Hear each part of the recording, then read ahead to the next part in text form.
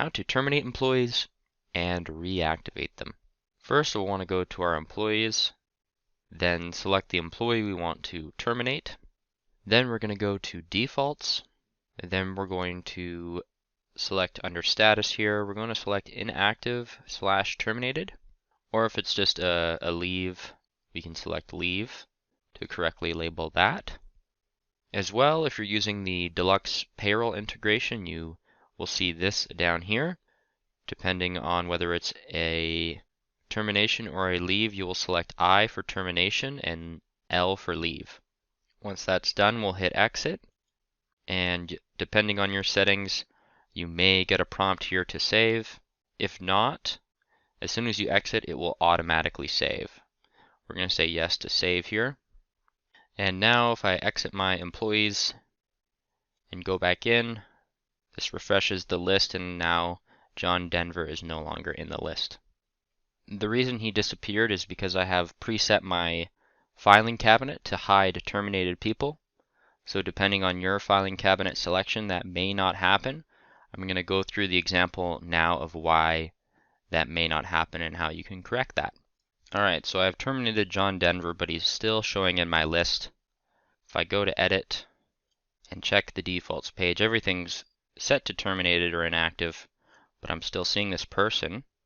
To take care of that, we go to our filing cabinet, and then we want to go to the status row here, and then we're going to click on this little drop down, and then if I select inactive terminated, this will now allow me to unselect this code, which I'll do by hitting this double arrow here, and moving that over. That has now hidden anyone that has that code on their defaults. Since John Denver had the inactive code, he will now be hidden, and if I go through my list, I will not see him there anymore. When terminating staff, there are a few information tracking options you may want to do under the dates section. There is a field for termination date and reason. This allows you to enter when the termination or layoff happened and to enter in a note. This is completely optional for information tracking purposes only. Now we will go over how to reactivate an employee. If you can see them in your list who you want to reactivate, you can simply double click on them, go to defaults, and then change the status. If it was on inactive or leave, just change it to the appropriate active code. And again, if you're using the Deluxe Payroll integration, you would want to switch this code here to A. Now then, you may find that you can't find your terminated people in the list. If that's the case, you'd want to go to your filing cabinet button, check your status row, and open up the drop down to see all the codes you have currently unselected. And right now I have my inactive unselected, so I'm going to select that back.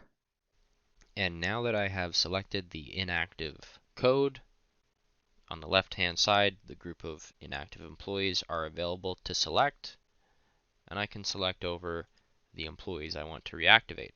To do this, I highlight their name, hit the arrow, and that will move over the employee, or I can double-click on the individual's name, and that will move over the employee like so. Next, we'll hit OK, and we will go into the profile of the employee we want to reactivate. We'll edit that. Then we want to go to defaults. Then we want to change our status code here to the appropriate active code. I'm going to choose active full-time hourly. And then here, if you're using the Deluxe Payroll integration, you would want to change the active code to be A. Next, you would want to go to the dates field, and if you get this prompt to save, you'll just hit yes. If it doesn't prompt, your system has been set to automatically save. Then here, you would want to fill in the rehire date of when they were rehired. There we go. We have the rehire date, and then we can hit exit to save.